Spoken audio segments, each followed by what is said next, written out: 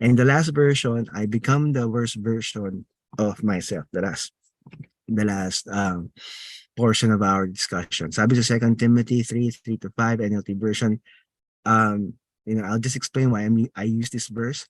Read with me while you're on mute. They will be unloving and unforgiving. They will slander others and have no self-control. They will be cruel and hate what is good. They will betray their friends, be reckless, be puffed up with pride, and love pleasure rather than God. They will act religious, but they will reject the power that could make them godly.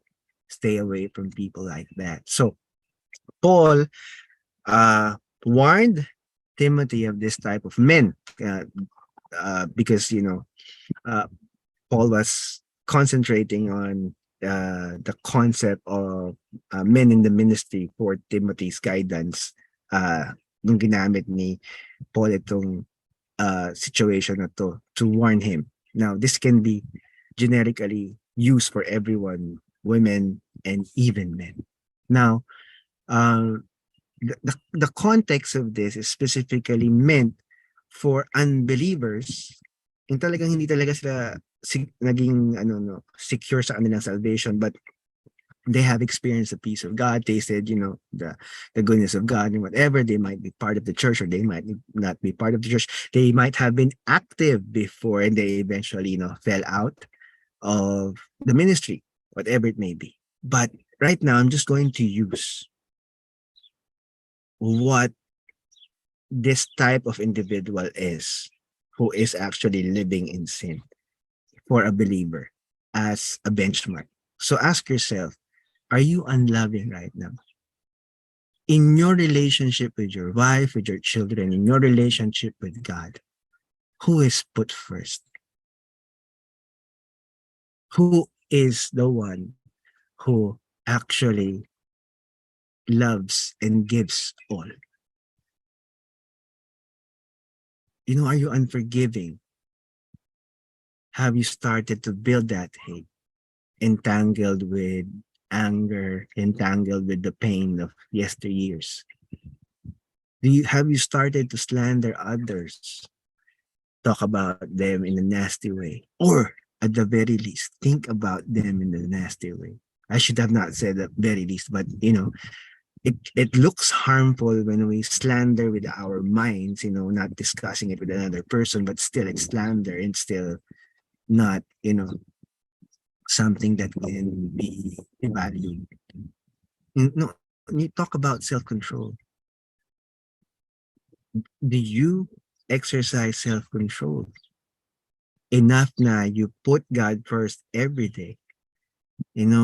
Have you started to become cruel the way you treat others, especially those who are close to you? You hate what is good, especially the people who deliver what is good in the eyes of God as messages to you right now. Wala kang ministry. Is that good?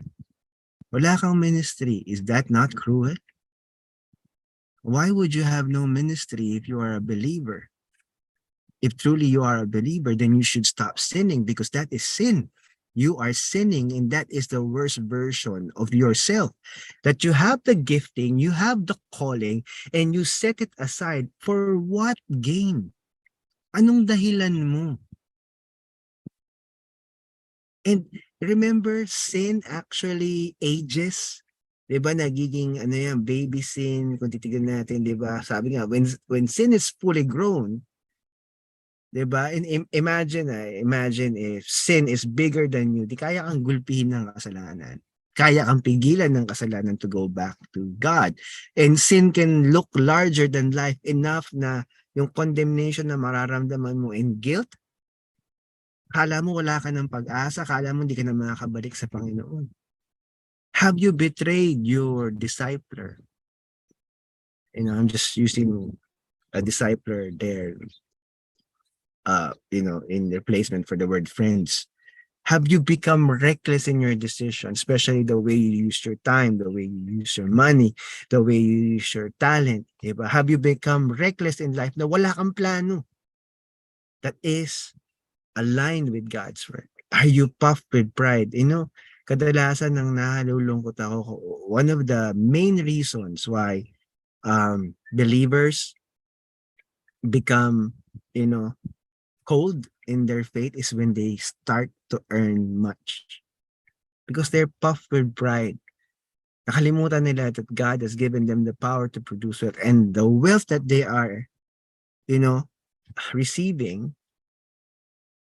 it has become their source of worth.